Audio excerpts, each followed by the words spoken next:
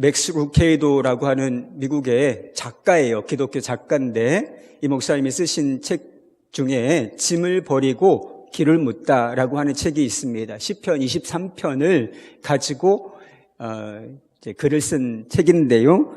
그 책에 보면 이런 이야기가 나옵니다. 어떤 사람이 사업에 크게 실패하고서 자신이 다니는 교회 목사님과 상담을 하게 되었다라고 합니다. 그가 풀이 죽어서 이렇게 말했대요. 저는 모든 것을 잃어버렸습니다. 목사님이 물었다고 합니다.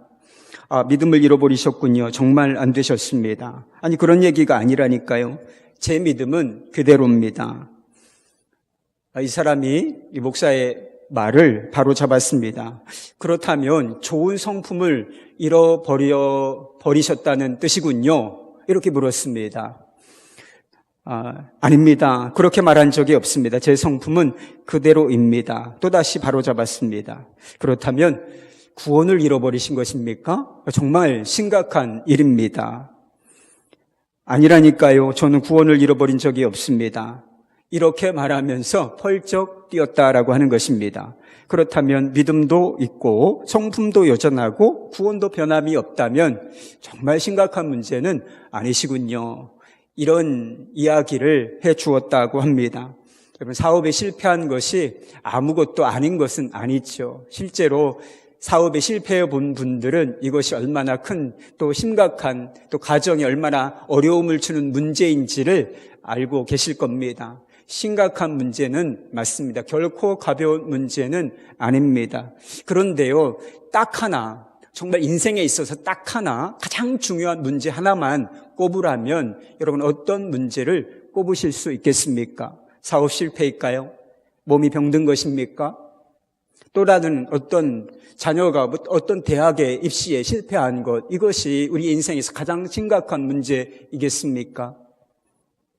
여러분, 그렇지 않습니다. 인생에서 정말 우리 크리스천들에게 가장 중요한 문제 하나만 꼽으라면 그것은 바로 구원의 문제인 것입니다. 내가 구원을 받았는가, 이것이 가장 근본적이고 궁극적으로 그리고 마지막까지 남아있을 이 중요하고 심각한 문제인 것입니다.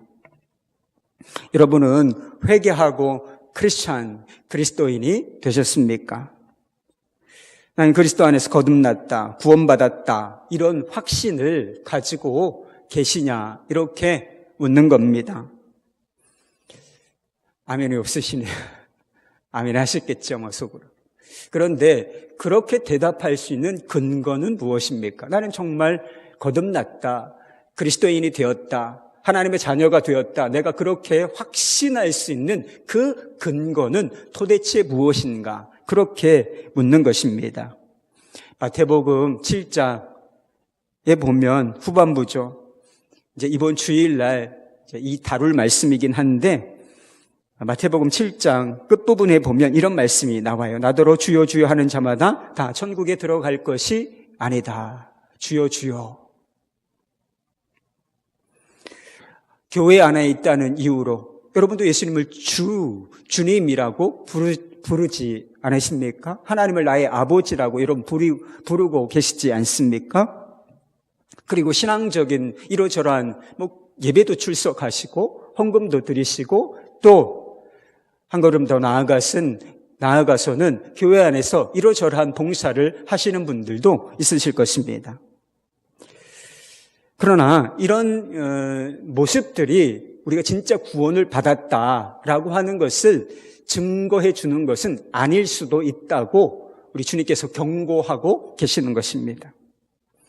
중요한 것은 내가 구원받았다, 거듭났다라고 말할 만한 확실한 어떤 근거가 있느냐, 근거가 있어야 된다는 거예요. 교회 출석 가지고 충분하지 않다는 것입니다. 헌금하는 거 가지고 충분하지 않다. 주님을 주여 주여라고 부르는 것으로도 충분하지는 않다라고 말씀하고 계시다니까요. 구원을 확신할 수 있는 근거가 있는가? 다르게 말하면 내가 회개했다라고 하는 분명한 어떤 증거가 있는가? 이게 정말 중요한 문제라 하는 것입니다. 우리가 몇 주간 회개, 진정한 회개란 무엇인가 이 문제에 대해서 살펴보았습니다. 회개에 관해서 천편일률적인 경험은 없다고 말씀드렸습니다. 이런 경험을 해야만 그 사람은 반드시 회개했다라고 말할 수 있다. 그런 건 없을 수 있다라고 말씀을 드렸지만 회개한 사람들에게 나타나는 공통적인 경험과 어떤 단계들은 있다라고 말씀을 드렸습니다. 그 단계, 그 공통적인 특징이 무엇이겠습니까? 첫째는 죄를 짓고도 무감각하게 살다가 그 전에는 아무 문제가 없었다니까요. 어떤 삶을 반복하면서도 그게 문제라는 생각을 하지 못하다가 성령의 개입하심으로 말미암아 자신을 살펴보고 자신 안에서 죄를 발견하게 된다는 사실입니다. 자신이 그동안 얼마나 많은 죄를 또 얼마나 큰 죄를 지었는지 그리고 그러므로 말미암아 내가 어떤 사람인지 어떤 죄인인지를 깨닫게 된다는 거예요. 나는 죄인입니다. 그냥 입 바른 소리가 아니라 그냥 마음에서부터 우러나오는 고백이 된다는 거예요. 주님, 저는 죄인입니다. 이 고백이 터져 나오는 사람이 회개하는 마음을 가진 사람이라고 하는 것이지요. 두 번째로는 자신의 무력함, 자신이 아무것도 스스로의 힘으로는 아무것도 할 수 없다는 사실을 깨닫고 하나님 앞에 나아가 자비와 용서를 구한다는 거예요. 그럼 내가 누구에게 죄를 지었나? 사람에게 죄를 지은 것도 맞지만 근본적으로는 누구에게 죄를 지은 것이라고 말씀드렸습니까? 모든 죄는 다 하나님, 거룩하신 하나님, 우리에게 법을 주시고 우리를 창조하시고 나의 법을 따르라고 말씀하신 그 하나님께 죄를 지은 것입니다. 그럼에도 불구하고 그분의 자비하심에 매달려 하나님께 용서와 죄사함을 구하게 된다는 것입니다. 세 번째로 회개하는 마음을 가진 사람은 자신의 마음조차 스스로 어떻게 할 수 없다는 사실을 깨닫는다는 거예요. 그래서 진실한 마음을 하나님께서 요구하시는데, 정결하고 깨끗한 마음을 하나님께서 요구하시는데 나는 스스로 그 마음조차 내가 바꿀 수 없다, 변화시킬 수 없다, 하나님이 요구하시는 수준으로 만들 수 없다는 사실을 깨닫고 주여 제 마음에서 정결한 마음을 창조하소서. 다르게 표현하면 주님 저를 구원하소서. 주님 거듭남이 필요합니다. 저를 새롭게 하소서. 이런 마음의 상태가 되는 것이라고 말씀을 드렸습니다. 여러분 어떠세요? 여러분의 상태, 여러분들이 지금 회개했다고 생각하니까 이 자리에 와 계시겠죠. 여러분 일치하지는 완벽하게 제가 두루뭉술한 어떤 설명하기 미묘한 어떤 부분이 있을지는 모릅니다. 그렇지만 우리가 진실로 회개했다면 이런 요소들이 우리 안에 있을 것이다 라고 하는 것입니다. 이제 마지막으로 진정으로 회개하고 거듭난 사람들에게 나타나는 특징, 이것을 살펴볼 차례인 것입니다. 우리가 진심으로 우리의 죄를 회개하고 거듭났을 때 어떤 특징들이 우리의 삶에 나타나는가? 그것은 먼저 구원의 기쁨과 즐거움이 우리 마음 가운데 임하게 된다는 것입니다. 다윗은 하나님께 자비와 용서를 구하면서 이렇게 말했습니다. 8절 말씀입니다. 내게 즐겁고 기쁜 소리를 들려주사 주께서 꺾으신 뼈들도 즐거워하게 하소서. 12절 말씀, 주의 구원의 즐거움을 내게 회복시켜 주시고 자원하는 심령을 주사 나를 붙드소서. 여기 보면 다윗이 즐거움, 기쁨 이런 단어를 언급하고 있다라고 하는 사실을 보게 됩니다. 여러분 회개가 즐거운 것인가요? 회개는 즐거운 게 아닙니다, 여러분. 회개는 결코 즐거운 것이 아니에요.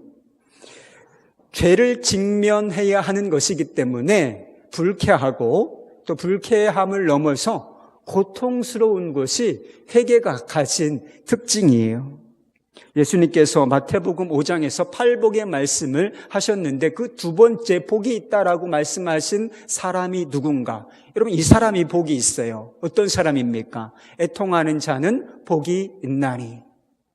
저희가 위로를 받을 것이며, 이런 말씀이 있습니다. 여러분, 애통하는 사람이 어떤 사람입니까?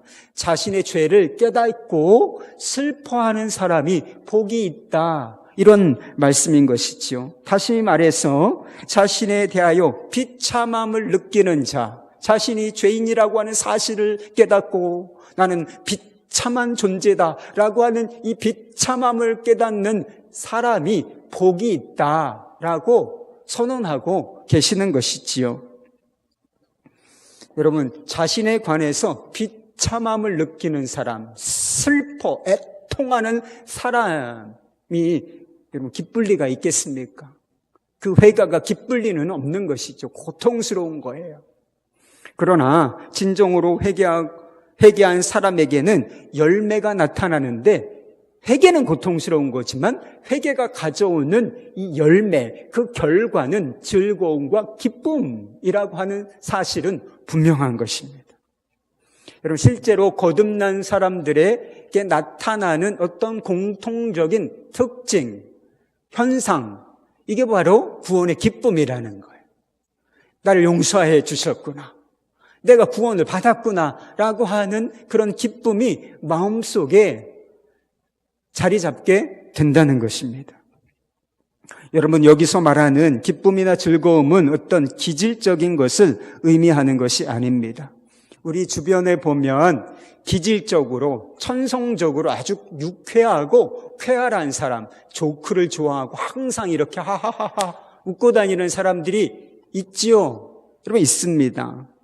그러나 우리가 맛보는 것은 이런 타고난 기쁨이나 낙천적인 성격에서 나오는 어떤 즐거움이 아니라 하나님으로부터 오는 즐거움, 하나님으로부터 오는 기쁨이라고 하는 것입니다. 여러분, 이것이 중대한 이유는 성격적으로, 기질적으로 쾌활한 사람, 낙천적인 사람만 있는 것이 아니라 기질적으로 우울한 사람도 있어요. 우울질이라고 하죠. 인간의 성격을 몇 가지로 이렇게 분류를 하는데, 담즙질도 있고, 그 중에 하나가 우울질이라고, 그냥 생겨먹은 게 우울해, 조금. 아주 이렇게 깐깐하고 세밀하고 완벽주의적인 어떤 감수성이 강한 사람들, 이런 사람을 우울질이라고 표현하기도 해요. 잘 웃지 않습니다. 그런데 이런 사람들조차 그리스도 안에서 회개하고 거듭나게 되면 무엇을 아느냐? 기쁨을 안다는 거예요.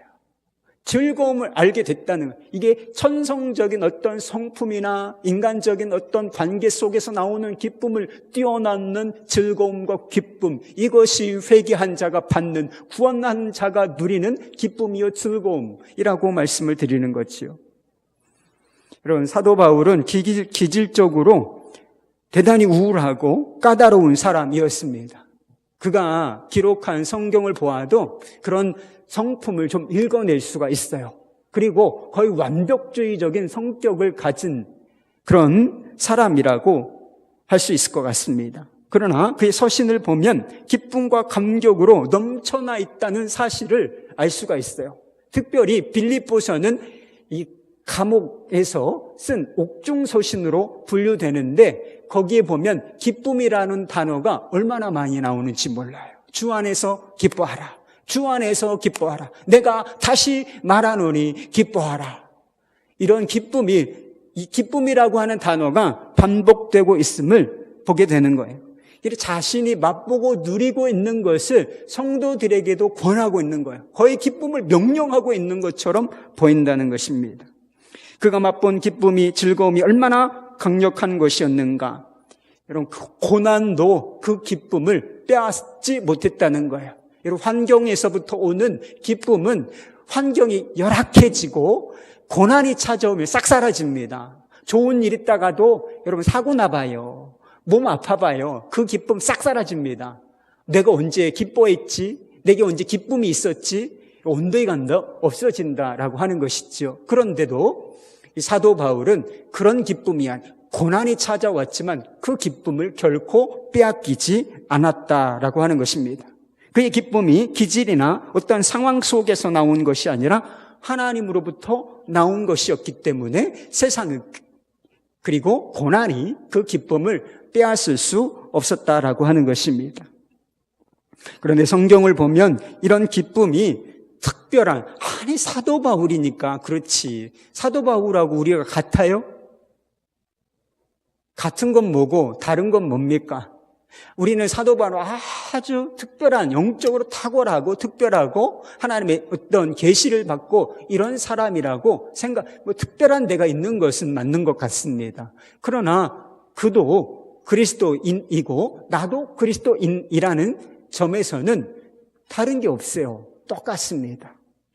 그리고 이런 기쁨이 어떤 특별한 사도 바울이나 사도들이나 어떤 영적인 거장들에게만 나타나는 특별한 전유물이 아니라 회심한 사람, 모든 그리스도인에게 나타나는 공통적인 특징이라는 것이 성경에 기록되어 있어요.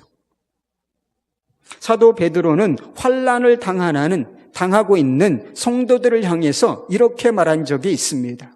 베드로전서 1장 8절 말씀, 예수를 너희가 보지 못하였으나 사랑하는도다. 이제도 보지 못하나 믿고 말할 수 없는 영광스러운 즐거움으로 기뻐하나니.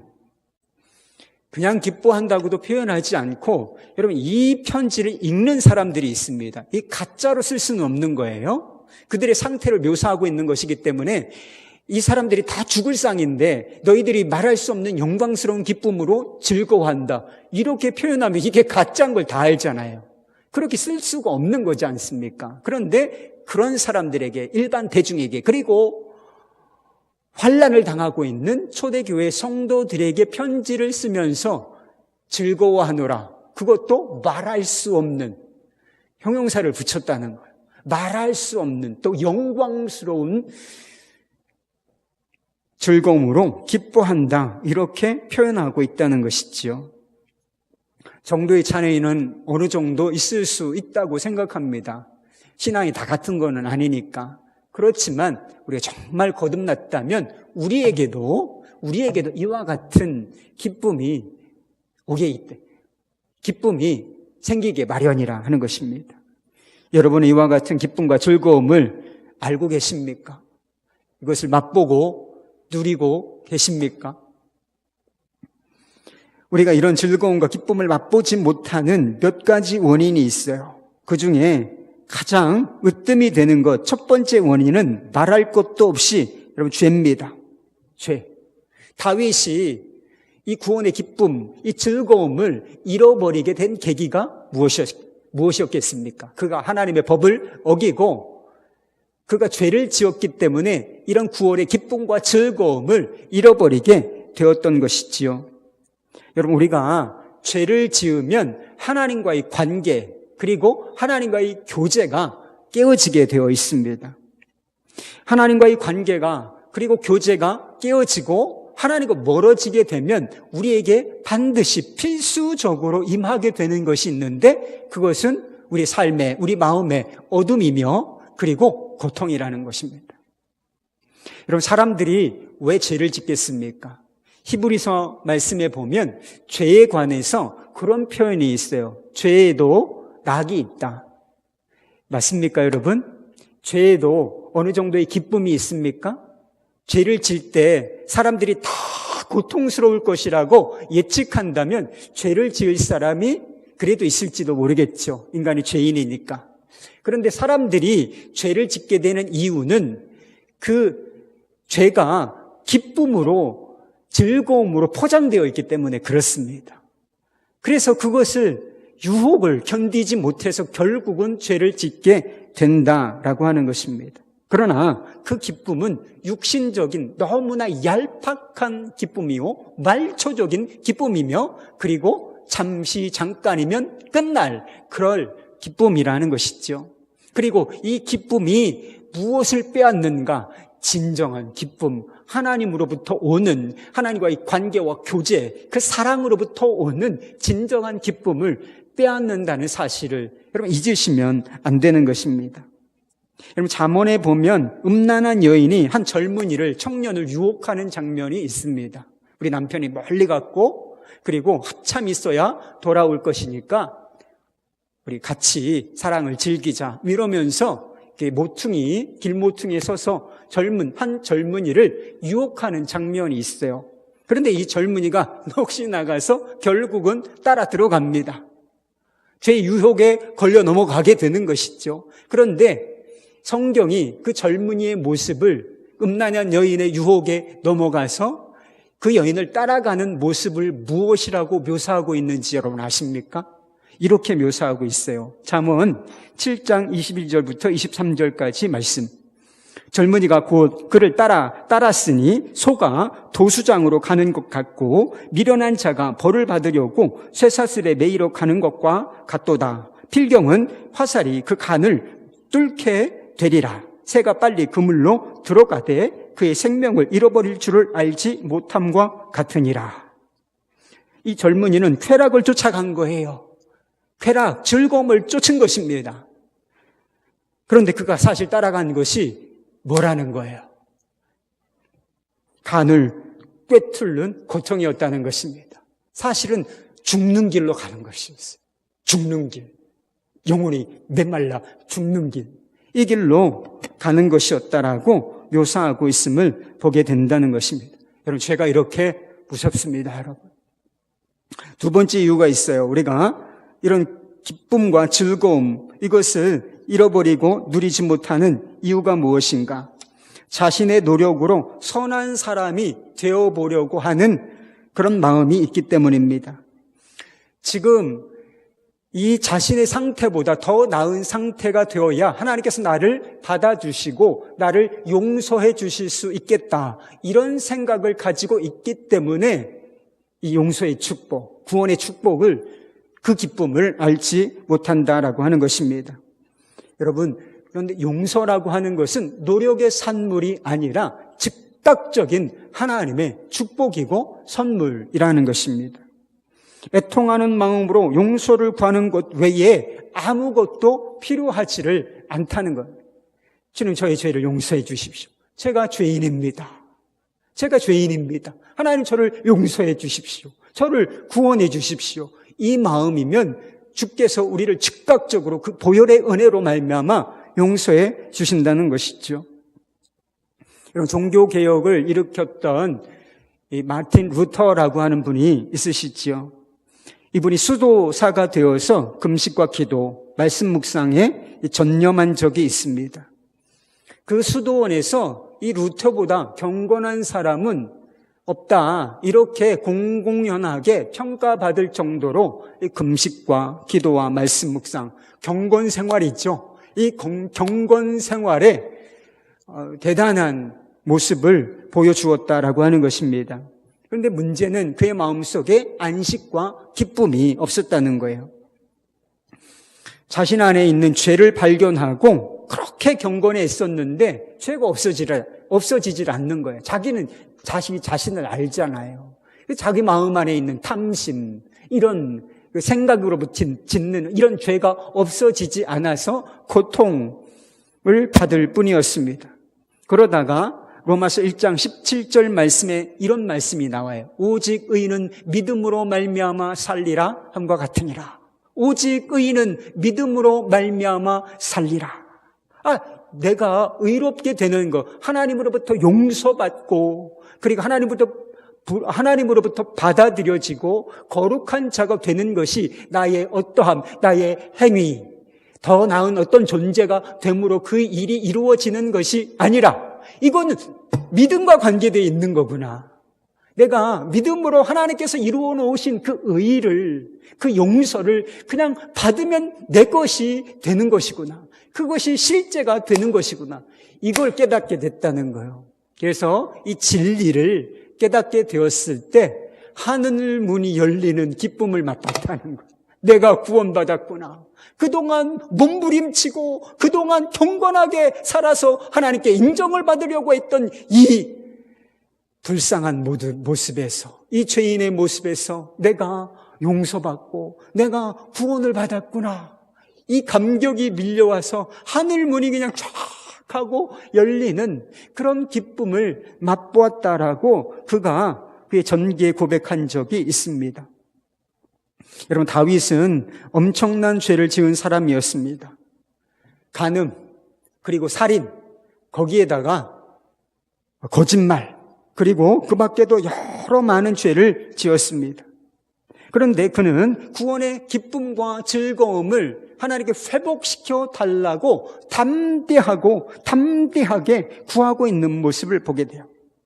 말하자면 그런 것입니다. 여러분이 저한테, 아니면 제가 여러분한테 엄청난 빚을 졌어요. 1억, 한 10억쯤이라고 한번 생각해 보십시오. 제가 여러분에게 10억을 빚을 졌어요. 그런데 제가 여러분한테 가가지고 10억 빚 탕감해 주소. 없는 걸로 합시다 이제. 그리고 1억만 주소. 이렇게 요구하는 것과 같은 거예요. 엄청난 빚을 진, 여러분 죄를 성경에서는 빚이라고도 표현해요. 빚이라고도 표현해요. 그런데 엄청난 빚을 진 사람이 나와서 그 빚을 탕감해 달라. 그리고 그 이상의 것을 달라. 그렇게 구하고 있는 것이나 마찬가지 아니겠습니까? 여러분 생각해 보십시오. 그동안 우리가 얼마나 하나님 앞에 많은 죄를 짓고 살아왔습니까? 그런데 그 죄에서 깨끗하게 해달라. 어느 정도 깨끗하게 해달라가 아니라 완전히 그 죄에서 깨끗하게 해주십시오. 그럴 뿐만 아니라 저에게 기쁨도 선물해 주십시오. 구원의 감격과 기쁨도 제게 선물해 주십시오. 여러분 이렇게 요구하는 것이 인간적으로 보면 염치 없는 일이에요. 뻔뻔한 일입니다. 그렇지 않나요? 염치 없고 뻔뻔한, 상식적으로는 뻔뻔하고 염치 없는 일의 이름이 분명한 것입니다. 여러분 그런데 이것이 복음의 영광인 것입니다. 복음이 놀라운 이 증거를 보여주고 있는 것이 바로 이와 같은 표현이라는 것입니다. 이런 복음이라고 하는 것은 가장 악한, 사악한 사람이라도 하나님의 용서와 그리고 하나님의 의롭다 하심을 다 받을 수 있는 그런 존재다. 그리고 구원의 기쁨과 즐거움을 얻을 수 있다라고 말하고 있는 것이다 하는 것이죠. 하나님만이 우리의 죄를 용서하시고 그 죄에서 우리를 자유케 하실 수 있는 것입니다. 그러므로 죄와 절망의 구렁텅이에 빠져있던 사람이라 할지라도 우리가 용서하심을 받게 되면, 회개를 통하여 용서함을 받게 되면 이 구원의 기쁨과 즐거움을 우리가 실제로 맛볼 수 있게 되는 것입니다. 여러분 어려웠던 환경이 풀려가고 그리고 문제가 해결되는 것, 이것도 우리에게 어느 정도 기쁨을 가져다 줍니다. 그러나 그리스도 안에서 모든 죄를 용서받고 거듭난 사람이 되었다라고 하는 이 기쁨은 그것과는 비교할 수 없는 기쁨인 것입니다. 여러분 이것은 단순히 문제가 해결되었다, 환경이 바뀌었다 이런 정도가 아니라 내 존재가 바뀌었다, 내 영원한 운명이 완전히 바뀌었다라고 하는 의미를 가지고 있는 것이기 때문에 그런 것들과는 차원이 다른 기쁨과 즐거움이라고 하는 것이지요. Unbroken이라고 하는 영화가 있는데 이게 실화를 바탕으로 한 영화였습니다. 루이 잠페리니라고 하는 사람에 관한 실화였는데 이 사람은 미국의 육상 선수였어요. 육상 대표 선수였고 그리고 2차 대전에 공군 조종사로 참전했습니다. 그런데 태평양에 비행기가 추락하게 되었고 47일 동안 표류하다가 결국은 일본군의 포로가 됩니다. 여러분 요즘에는 그래도 포로의 인권을 존중하는데 그때는 그런 게 없었어요. 포로 수용소에서 가혹한 구타와 고문 그리고 모욕과 살해 협박으로 모진 고통을 받았습니다. 종전과 함께 살아 돌아왔어요. 그리고 고국에 있는 사람들에게 영웅이 되었습니다. 그러나 그의 마음은 상처와 증오로 얼룩져 있었습니다. 날마다 악몽을 꾸는데 그 새라고 하는 별명을 가진 악질 간수가 자기를 고문하고 괴롭히는 그런 악몽에 매일 밤 시달렸다는 거예요. 그럼 정신적으로 얼마나 피폐한 삶을 살았겠습니까?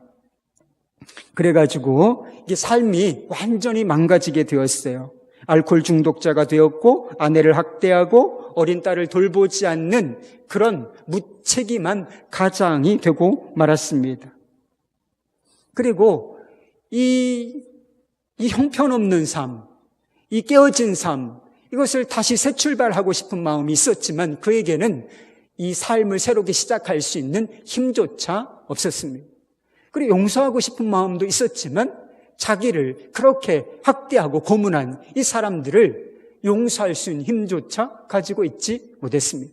자신이 용서받지 못했기 때문에, 용서받은 경험이 없어서 다른 사람을, 자기에게 해를 끼친 사람들을 용서할 수도 없었다라고 하는 것이죠. 이렇게 절망적인 상황에 있다가 이가 어떤 경험을 하게 되느냐면 빌리 그레함 전도 집회에 참여하게 됩니다. 빌리 그레함 전도 집회에 참여하게 되어서 그때 성령의 능력으로 말미암아 그의 영혼이 거듭나는 경험을 하게 돼요. 그 이후로 삶이 완전히 바뀌어지게 됩니다. 과거의 악몽에서 해방되고 어떻게 저렇게 사람이 달라질 수 있을까라고 생각할 정도로 다른 모습을 보이게 됩니다. 그래서 그와 함께 신앙생활을 했던 마크 로버츠라고 하는 사람이 있는데 그에 대해서 이렇게 증언을 했다 그래요. 루이 잠페리니는 내가 알았던 가장 행복한 사람입니다. 볼 때마다 루이는 열정으로 튀었습니다. 말 그대로 몸이 톡톡 튈 때도 많았습니다. 그는 스케이트보드를 타고 교회 안을 휙휙 휘젓고 다니기를 좋아했습니다. 그래서 과격한 사나이라는 말도 많이 들었습니다. 그만큼 주체할 수 없는 기쁨이 넘쳐났기 때문입니다. 우울해서 자기 삶을 도대체 어디서부터 손을 대야 할지 모르는 완전히 주저앉은 이 삶, 여기서부터 완전히 사람이 거듭나고 변화되고 기쁨으로 충만한 사람이 되었다라고 증언을 해주었던 것이죠. 한국에 슈바이처 박사라고 이렇게 평가받는 장기려라고 하는 분이 계세요. 장기려 박사가 계신데 의학 공부를 한 후에 어려운 이웃들을 위해서 헌신적인 봉사의 삶을 살았던 분이십니다. 그가 80회 생일을 맞았을 때 주변에서 80회 생일을 맞았을 때 몇 가지 기쁨, 삶에서 얻은 기쁨에 대해서 이야기했다 그래요. 첫 번째는 결혼한 이후에 아들을 하나 얻었는데 이 아들을 얻은 기쁨이 천하를 얻은 기쁨 같더라는 거예요. 천하를 얻은 것 같은 기쁨을 얻었다라고 말한 적이 있습니다. 그리고 둘째는 손기정 선수가 올림픽 마라톤 경기에서 우승을 했는데 이 민족을 사랑하는 마음, 나라를 사랑하는 마음이 그렇게 마음을 기쁘게 할 수가 없었다라고 하는 것입니다. 그런데 세 번째 기쁨이 있는데 그는 자신이 예수님을 구세주로 믿고 죄를 회개하고 하나님께 내가 죄 사함을 받았다라고 하는 이런 확신을 가졌을 때의 기쁨에 비교하면 앞에서 언급한 그런 기쁨들은 하찮은 기쁨에 불과했다. 이렇게 이야기를 했다라고 하는 것입니다. 여러분, 우리 자신이 지은 죄만 바라보면 우리는 기뻐할 수 없어요. 슬픔과 절망에 빠질 수밖에 없습니다. 그러나 진정한 회개는 그것을 넘어서 우리를 구원하시는 예수 그리스도를 바라보는 것입니다. 그분 안에 있는 사랑과 긍휼, 그리고 그분이 우리를 위하여 구원하시기 위하여 행하신 이 일, 이것을 바라보는 것이다 하는 것이죠.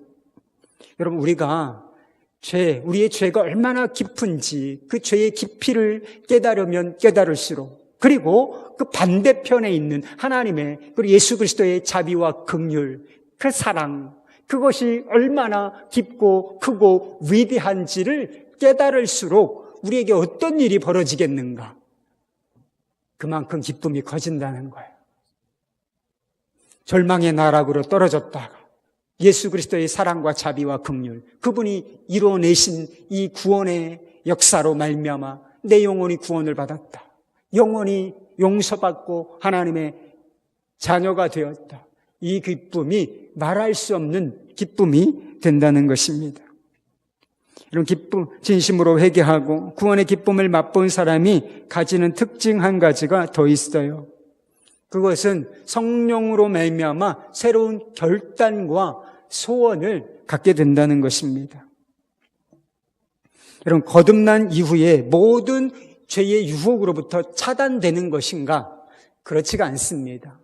우리가 거듭났다, 예수 그리스도로 말미암아 거듭났을 때 그 뒤로 아무 어떤 죄의 유혹도 우리가 받지 않는가? 실제로 그렇지 않습니다. 죄된 세상은 여전히 그대로고 죄의 유혹도 여전히 그대로입니다. 그런 유혹을 받고 있는 우리 자신은 어떻습니까? 예전과 달라진 것은 분명해요. 그리스도 안에 거듭났다라고 하는 것은 이전과는 상당히 많은 부분에 있어서 달라졌다라고 하는 것을 의미하기는 합니다. 그럼에도 불구하고 우리 안에는 여전히 연약한 구석이 있는 것도 사실입니다. 그리고 도움이 필요한 존재라고 하는 사실도 여전히 달라지지는 않는다라고 하는 것이죠. 그래서 다윗이 이렇게 기도하고 있었던 것입니다. 12절 말씀이에요. 주의 구원의 즐거움을 내게 회복시켜 주시고 자원하는 심령을 주사 나를 붙드소서. 자원하는 심령을 주사 나를 붙드소서. 이렇게 기도하고 있지요. 다윗은 구원의 기쁨과 즐거움을 회복시켜 주실 뿐만 아니라 자신을 붙들어 주시도록 기도하고 있습니다. 특별히 자신을 붙들어 주십시오라고 기도하면서 무엇이라고 말하고 있는가?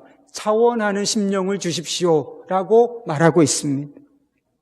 간단히 말하자면 죄의 유혹에 다시는 흔들리지 않도록 저를 붙잡아 주시고 주님께 복종할 수 있는 마음, 스스로 하나님께 복종할 수 있는 마음을 저에게 허락해 주시기를 원합니다. 이렇게 간구하고 있는 것이다 하는 것입니다. 여러분, 우리에게 그런 마음을 주실 수 있는 분이 누구십니까? 우리의 마음을 붙드시고 우리의 삶을 붙드시고 그리고 우리가 하나님께 기꺼이 복종할 수 있는 마음, 순종할 수 있는 마음을 주시는 분이 누구시겠습니까? 바로 우리를 거듭나게 하신 그 성령님이신 것이지요. 여러분, 성령님께서는 우리를 거듭나게 해주실 뿐만 아니라 우리에게 자원하는 마음, 거룩한 소원을 주시는 분이십니다. 어떤 소원을 주시느냐? 성경을 보면 하나님을 영화롭게, 하나님을 기쁘시게 하고자 하는 소원을 주시고 또 하나 성결하게 거룩한 하나님의 백성으로 살고자 하는 그런 소원을 주시는 분이신 것입니다.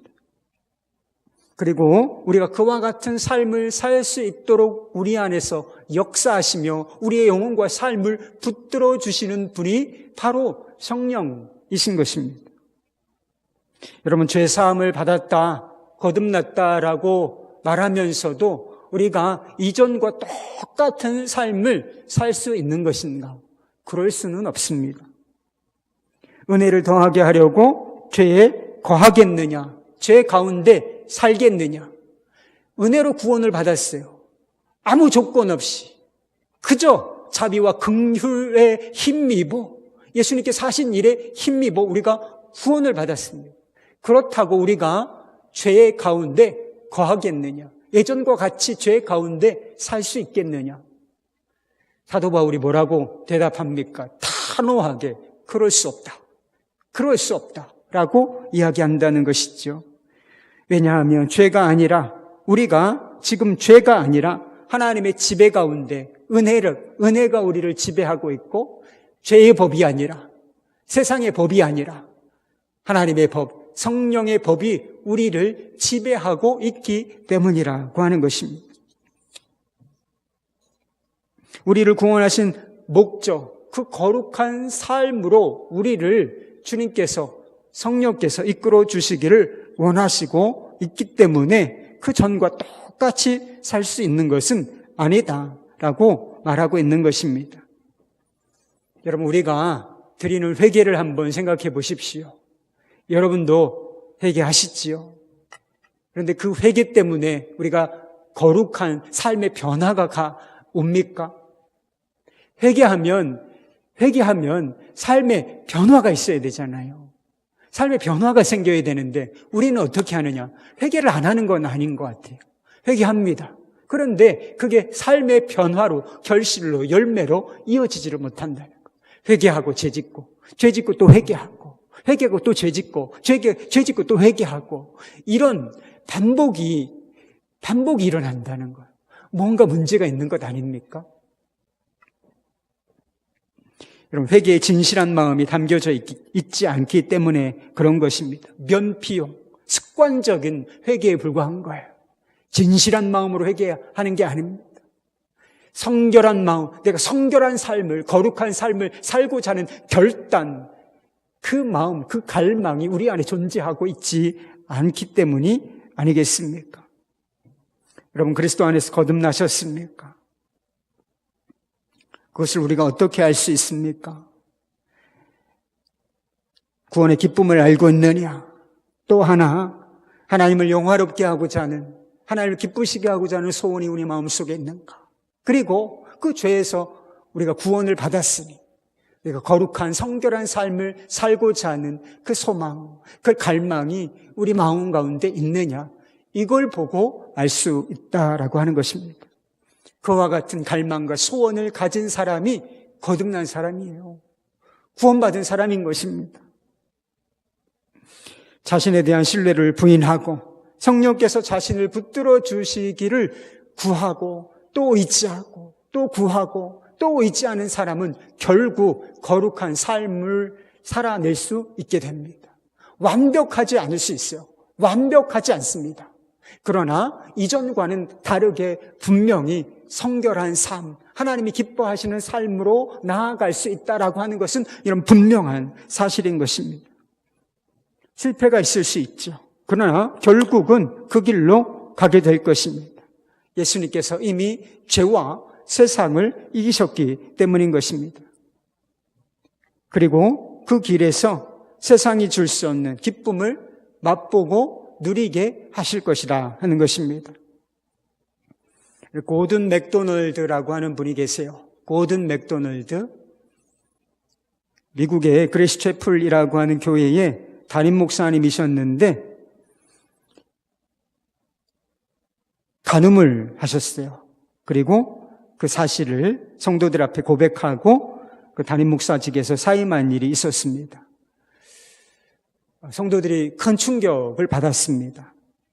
그는 하나님과 자신을 아는 모든 사람에게 진정으로 자신의 죄를 고백하고 교회를 사임한 이후에 3년 동안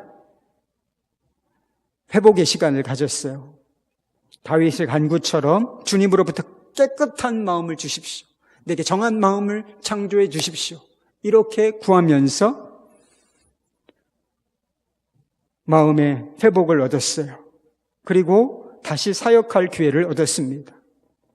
주위에서 모든 사람이 그가 치유되고 회복되었다라고 하는 사실을 알았고 그를 다시 목회자로서 받아주게 되었습니다. 이 고든 맥도날드 목사님이 요즘에는 조금 이제 고전과 같이 되는 책인데 내면 세계의 질서와 영적 성장이라는 책을 썼습니다. 사모님과 함께. 근데 그 책에서 이렇게 고백했습니다. 우리는 정상에 서 있습니다. 그동안의 길은 길고도 험했습니다. 그런 아주 귀중한 경험이었습니다. 우리는 산등성이에 피인 야생화를 보면서 목마르면 바우팀에서 솟아나는 샘물을 마시면서 꾸준히 걸어왔습니다. 여기저기서 우리는 우리의 삶을 수술하기도 했습니다. 우리는 낭떠러지게 떨어지기도 했습니다. 그러나 우리는 또 다시 일어섰습니다. 이제 드디어 정상에 올랐습니다. 우린 산 정상에서 함께 기뻐하며 서로를 바라봅니다.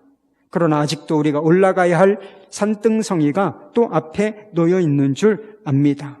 그러나 우리는 함께 감당할 것입니다. 이렇게 이야기했다 그래요.